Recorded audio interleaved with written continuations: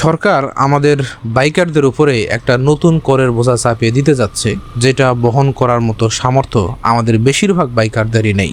একটা বাইক যখন আমরা কিনি তখন অনেক চড়া দামে কিনতে হয়।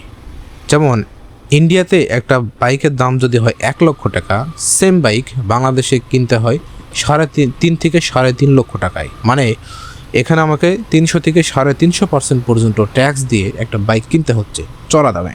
বাইক কেনার পরে নতুন করে যোগ হয় রেজিস্ট্রেশন ফি 10,000 টাকা, যেটা কিন্তু কম না।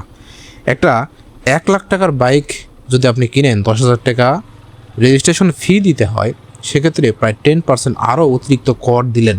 সাথে প্রতি বছর বছর ট্যাক্স, 2 বছরের ট্যাক্স টোকেন করতে গেলে 2400 টাকা লাগে, অর্থাৎ প্রতি বছর প্রায় 1200 টাকা করে ট্যাক্স দিতে হচ্ছে। প্রথমত চড়া দামে বাইক কিনতেছি, প্লাস প্রতি বছর সরকারকে ট্যাক্স দিতে হচ্ছে এবং এককালীন রেজিস্ট্রেশনের ফি এর জন্য একটা মোটা অঙ্কের টাকা দিতে হচ্ছে। এখন নতুন করে যদি আপনি প্রতি বছর 5,000 টাকার কর ধার্য করেন, তাহলে আমরা কোথায় যাব? বাইক যারা চালায় 125 বা 150 সিসি বা 100 সিসির বাইক, এগুলো বেশিরভাগই হচ্ছে কমিউটার সেগমেন্টের বাইক, বাংলাদেশে বেশি চলে। এখন কমিউটার সেগমেন্টের বাইকগুলো কারা চালায়?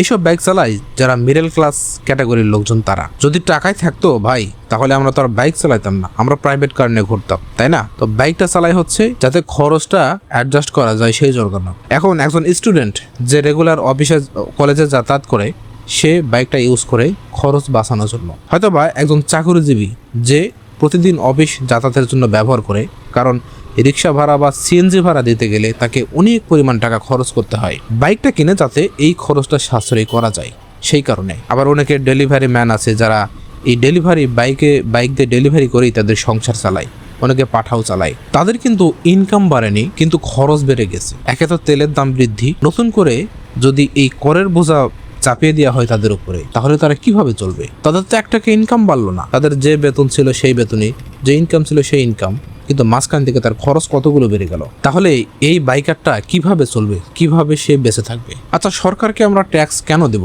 এই কারণে যে তারা আমাদের রোড সেফটি মেনটেন করবে, রোডের মেনটেনেন্স করবে, রোডের উন্নতি করবে, এইসব পারপাসে ব্যবহার করার জন্য, তাই না? কিন্তু রোড সেফটি কোথায়, যেখানে অবৈধ অটোরিকশা প্রতিনিয়ত রাস্তাঘাটে হুর হামেশা চলাচল করে এবং খুব বাজেভাবে চলাচল করে। আমরা বাইকাররা সবসময় আতঙ্কিত থাকি এই অটোরিকশাগুলোর কারণে। আপনি তো অবৈধ অটোরিকশা বন্ধ করতে পারলেন না, আপনি আমার সেফটি নিশ্চিত করতে পারলেন না, আপনি এখানে ব্যর্থ। দ্বিতীয়ত, রাস্তার দুই পাশে হকাররা বসে দোকানদারি করে, ফলে রাস্তায় যানজট লেগে যায়। আমরা বাইকাররা ঘন্টার পর ঘন্টা রাস্তায় বসে থাকতে হয়। তাহলে কি হলো? আপনি আমার সেফটি মেনটেন করতে পারলেন না, আপনি যানজট নিরসন করতে পারলেন না, আপনি রাস্তার কোনো উন্নতি করতে পারলেন না। তারপরে আমরা বছরের পর বছর আমরা আপনাকে ট্যাক্স দিয়ে যাচ্ছি। কেন দিয়ে যাচ্ছি? ওই যে দুর্ভাগ্য, বাংলাদেশে জন্মগ্রহণ করাটাই হচ্ছে আমাদের দুর্ভাগ্য। দিতে হবে, কিছু করার নাই। দিন শেষে বেশি দামে বাইক কিনে একটা মোটা অঙ্কের টাকা খরচ করে বাইক রেজিস্ট্রেশন করে অগ্রিম কর 5,000 টাকা বা 10,000 টাকা দেওয়ার মতো সামর্থ্য আমাদের নাই। যদি এটা আমাদের উপর চাপিয়ে দেওয়া হয়, তাহলে আমাদের বাইকারদের উচিত হবে, আমাদের সকলের প্রতি আমার অনুরোধ, এটা ঐক্যবদ্ধভাবে আমাদেরকে রাস্তায় নেমে আসতে হবে, এটার প্রতিবাদ করতে হবে। এটা বাস্তবায়ন করতে দেওয়া যাবে না, যাবে না, যাবে না।